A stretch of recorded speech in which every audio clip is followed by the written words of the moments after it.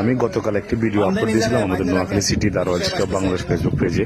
আমি ভিডিওটি আপলোড দেওয়ার পরই সদর হসপিটাল কর্তৃপক্ষ দ্রুত ব্যবস্থা নেওয়াতে সদর হসপিটাল কর্তৃপক্ষকে অসংখ্য ধন্যবাদ।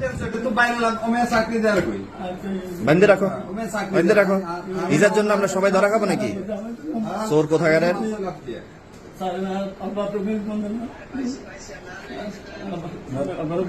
বান্ধেন না, নিয়ে বান্ধেন, এটারে বান্ধি রাখেন।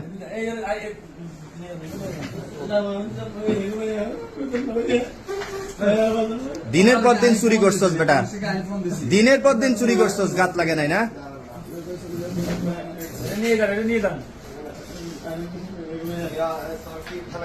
হ্যাঁ, আমি থানায় কল দিছি। হ্যাঁ, ওসি সাহেব বলছে ফোর্স পাঠাচ্ছি। আপনি তারপরও বাইন্দে রেখে খবর দিবেন যে আমরা বাইন্দে রাখছি। ঠিক আছে, দেন নিয়ে যান। ও দালাল স্টাফের পরিচয় দিয়ে দিনের পর দিন এই কাজ করতেছে। বাইরের প্রেসক্রিপশন আইনে পর্যন্ত হাসপাতাল থেকে ওষুধ নিয়ে দেয়। আন্তরিকভাবে ধন্যবাদ জানাই 250 শয্যা জেনারেল হাসপাতাল নোয়াখালীর তত্ত্বাবধায়ক ডাক্তার মোহাম্মদ ফরিদউদ্দিন চৌধুরী এবং আবাসিক medical officer doctor Rajib Ahmed চৌধুরীকে। ওনারা খুব দ্রুত ভিডিওটি দেখে ব্যবস্থা নেওয়ার জন্য। অন্যায়কারী এরা কখনোই মানুষের উপকারে আসবে না।